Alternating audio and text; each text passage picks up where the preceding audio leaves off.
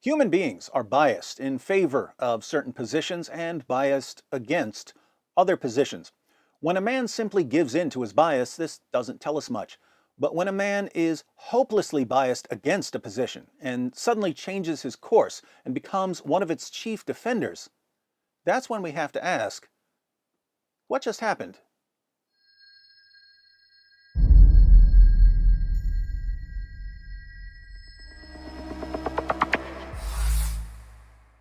Muslims believe that Muhammad's revelations were sent down from heaven.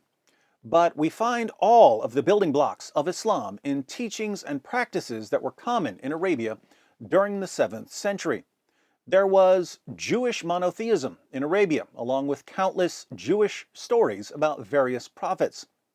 Some of these stories ended up in the Quran. There were heretical Christian groups in Arabia, along with various stories about Jesus, Mary, and others. Some of these stories ended up in the Quran. The Sabians, who are mentioned in the Quran, prayed at all 5 of the times Muslims prayed during their daily prayers, and they recited a creed, La ilaha illallah, there is no God but Allah. Many of the polytheists of Arabia performed ablutions. These are ceremonial washings. They took an annual pilgrimage to Mecca. They circled the Kaaba. They kissed a black stone that supposedly fell from heaven. What we know as Islam is a collection of beliefs and practices that were already circulating in Arabia when Muhammad was born in Mecca. But not all of the beliefs and practices that were circulating in Arabia became part of Islam, so why did Muhammad accept some beliefs and practices but reject others? What was the selection process? To answer this question, we turn to psychology. Muhammad's father died before he was born. Shortly after his birth, the future prophet of Islam was sent to live with a foster family. When he was around 4 years old, he was taken away from the foster family and returned to his mother. His mother died when he was 6, and custody then fell to his grandfather, who died when he was 8. Psychological studies show that young children who experience so many broken relationships tend to exhibit certain patterns of behavior later in life. They often rebel against authority and tradition, and they frequently have a problem with father figures, especially with viewing God as a heavenly father.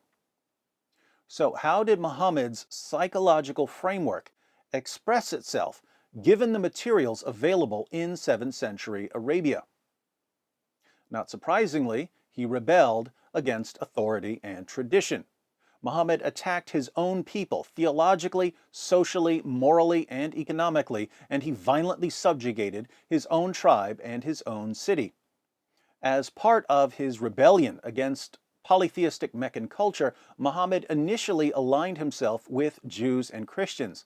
But since Jews and Christians view God as our heavenly Father, and Christians believe that there's an eternal father-son relationship within the very nature of God, Muhammad's psychological hostility towards father figures compelled him to part ways with the Judeo-Christian concept of God. His revelations mocked Jews and Christians for calling God Father, and eventually demanded our violent subjugation due to our theological views. All of this is exactly what we would expect given Muhammad's traumatic childhood experiences. So Muhammad's claims about Jesus don't seem to be a matter of divine revelation or even a matter of historical investigation. They're a matter of psychological manifestation. In other words, Muhammad's childhood experiences left him with some psychological predispositions, and these predispositions made certain beliefs and practices seem more appealing than others. When the beliefs and practices of 7th century Arabia are filtered through Muhammad's psychological framework, we get Islam. Why is this relevant? Well, it's difficult to trust what Muhammad says about Jesus when his view of Jesus is the product of his childhood trauma scrounging through the materials available in 7th century Arabia to find the beliefs and practices that were most soothing to his damaged psyche. By contrast, Paul's claims about Jesus aren't simply a matter of wishful thinking on Paul's part. In fact, they're just the opposite. Paul at first despised Jesus and his followers and the message they were preaching. Paul was convinced that God would only bless Israel if the religious leaders eradicated heresy. And so he set out to destroy what he regarded as the Christian heresy. As he was on one of his journeys to round up Christians, Paul suddenly began preaching the faith that he was trying to destroy. And he claimed that he had changed course because Jesus had appeared to him. Paul's conversion is significant because he was initially extremely skeptical of the claims of Christianity, to the point of wanting to see it utterly wiped out. He was so utterly confident that Jesus was a false Messiah, he was willing to kill people who followed Jesus.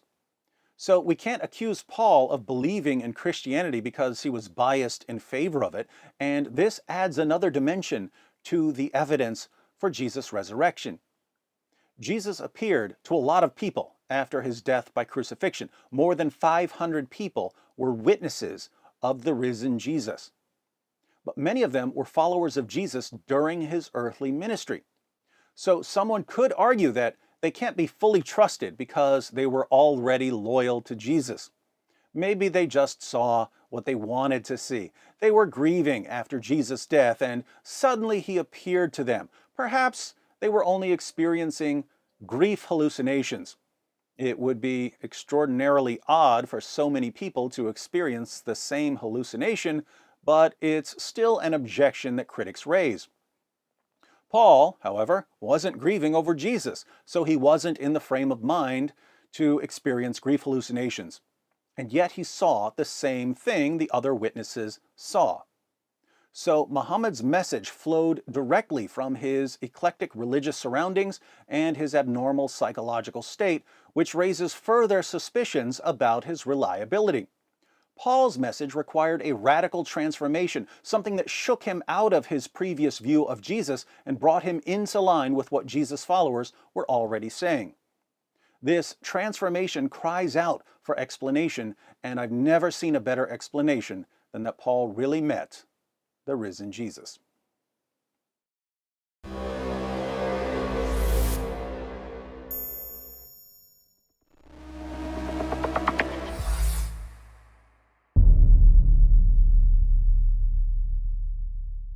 Hi everyone, thanks for watching.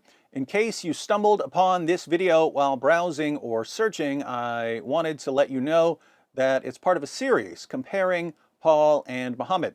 So if you'd like to see the full series, be sure to click on the playlist. If you're already in the playlist, you're about to see that Muhammad lived a morally reprehensible life. Paul didn't.